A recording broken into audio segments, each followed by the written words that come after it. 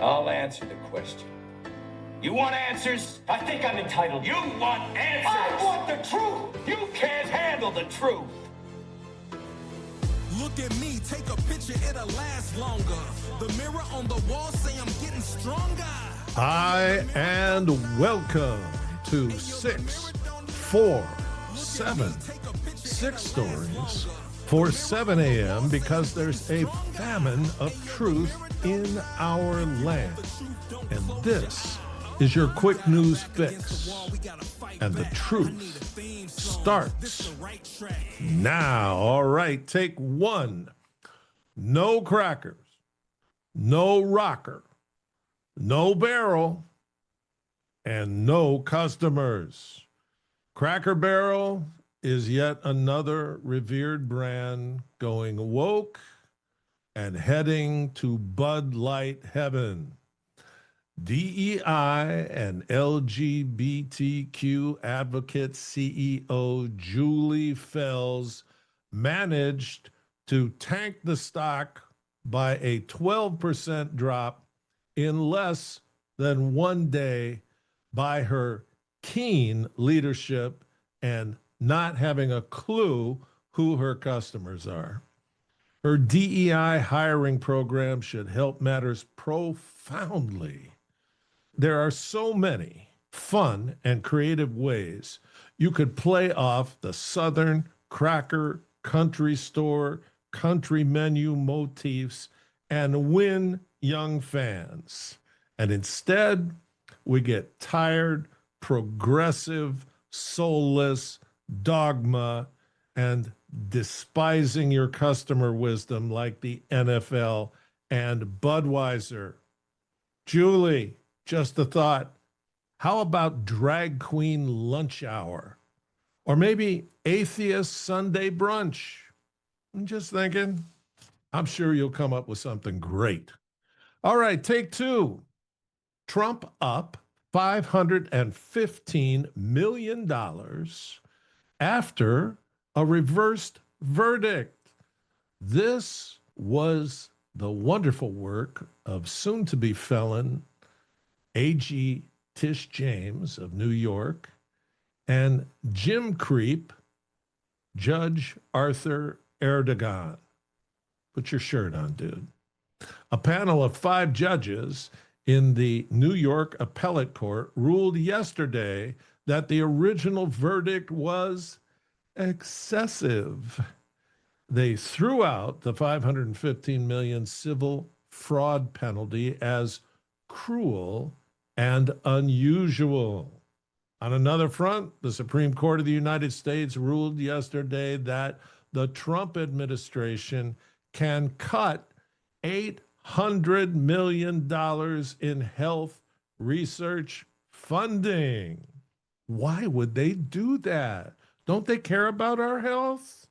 The majority of this funding was going to 3 areas of research focused on, are you ready? Transgender health care.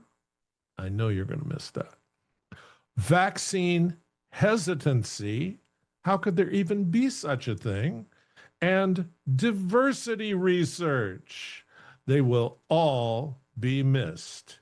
And finally, Tulsi, the Truth, Gabbard, has announced a 40% cut in staffing at the National Security Council.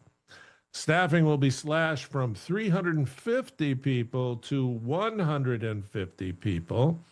The other 200 agents that will be missed were targeting Catholic Latin masses and school board meetings for mouthy parents. Good job, Tulsi. Things are getting better incrementally, except in this place. The yellow rose of Texas is way purple. Take 3.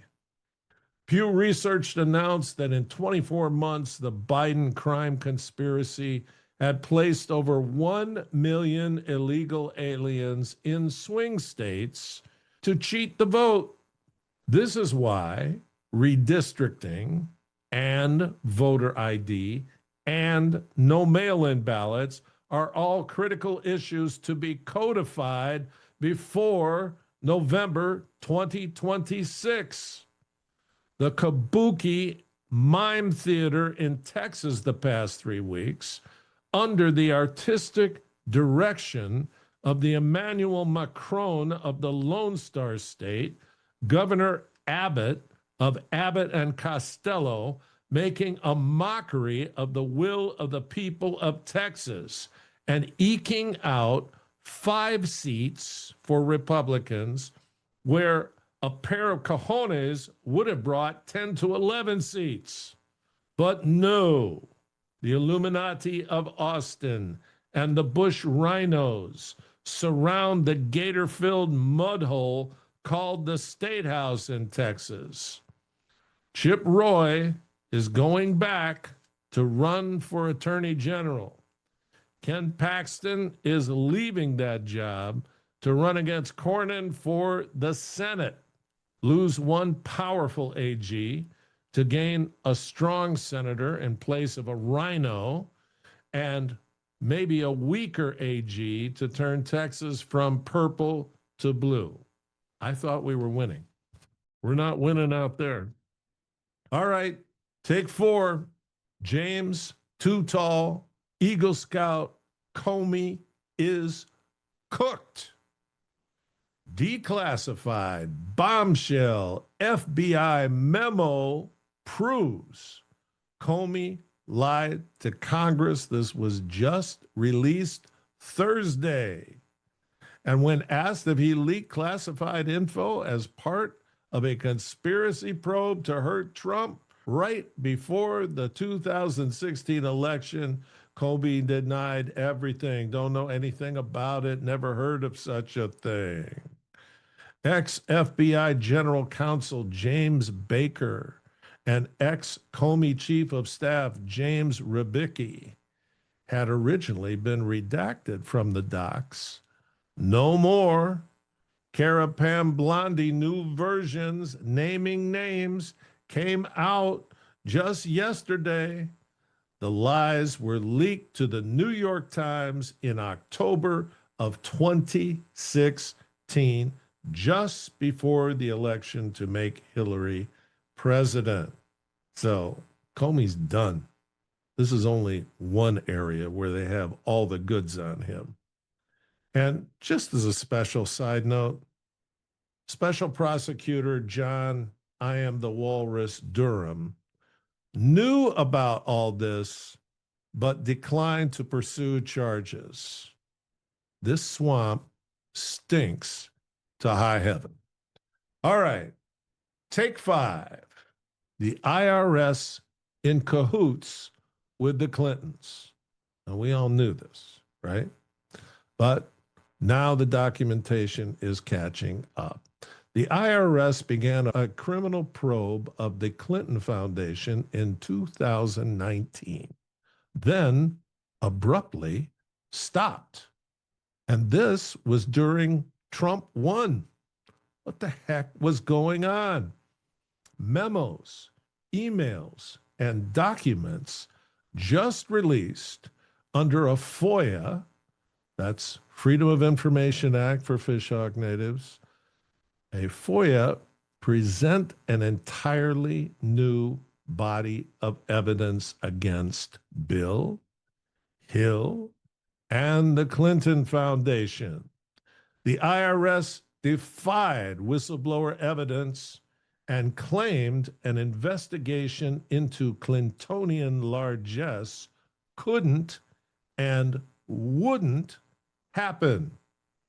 There are documents by IRS investigators saying that the entire Clinton Foundation enterprise is a fraud. We rubes have all known this, but we're more interested in Uranium One. Clintons are done too. Come to think of it, Uranium One would have been a better rebrand for PMS NBC than PMS Now. Anyway, we're going to get to watch all of this, and it is going to be fun. All right, take 6, 2 parts here, one sad and one fun. The sad part is that Dr. James Dobson died Thursday at age 89. Many of you may have forgotten his name. He founded Focus on the Family in 1977. He was by trade a child psychologist, but in the 1980s, he was the dominant voice for Christianity in political venues and a huge advocate for families and for kids, and was always appearing in D.C. in front of Congress and meeting with major political leaders and advocating for the best core issues for families in this country. As a young father in the 1980s, I supported Focus on the Family and sought parenting information from them, and I listened to Dobson's daily radio program on parenting. He was a giant who many people don't remember. Don't forget him. He did an amazing job. All right. And then the second part of Take 6, and at the risk of threatening my listeners, I bring to your attention a first grade teacher in Namibia. Her name is Gelda Waterboer. And last week, she taught her first graders a song called My Private Parts. That's right, My Private Parts. It goes like this. Do not touch my private parts, private parts, private parts. Okay, you guys don't get it. But we repeat private parts 3 times, and each time you point to a different area of your body. So the first time you point to your breasts. The second time you point to your crotch. The third time you point to your derriere, okay? Now, do it with me. I'll have a sense if you're actually doing it. Do not touch my private parts. Private parts. Point there, private parts. And if you touch my private parts, are you pointing? Private parts. I will tell my mother. And I will tell my father. And I will tell my teacher. So why am I telling you about this song from a first grade class in Namibia? Because Gelda got 92 million views in 1 week off a post from her phone. What are you guys doing? I had a guy ask me to take him off the email yesterday. What do I have to do? You know what? If I have to, I will sing private parts before every show until we get our numbers up, because it's Friday. I know you're distracted. I know 2/3 of you are already gone. That doesn't piss me off. I'm here working on Friday. I want you to do a great job wherever you are, and I want you to subscribe. It costs nothing. Share. I want you to make comments, and I want you to get your friends to listen to this. There's nothing else like this. And I want you to have an amazing Friday, and I want you to have an amazing weekend. And I don't want to be a downer, but guess what? There's only this Friday and one more Friday, and then August is toast. We're running out of August. We're running out of summer. We're running out of Fridays, but we're not running out of the truth, and we're not running out of hope. I'm talking about real hope. I'm talking about hope from heaven, because if you give this your all and everything you've got, I'm going to ask God to bless you, and He will do it all the way through the weekend. So God bless you. Thank you, and be safe this weekend. Later.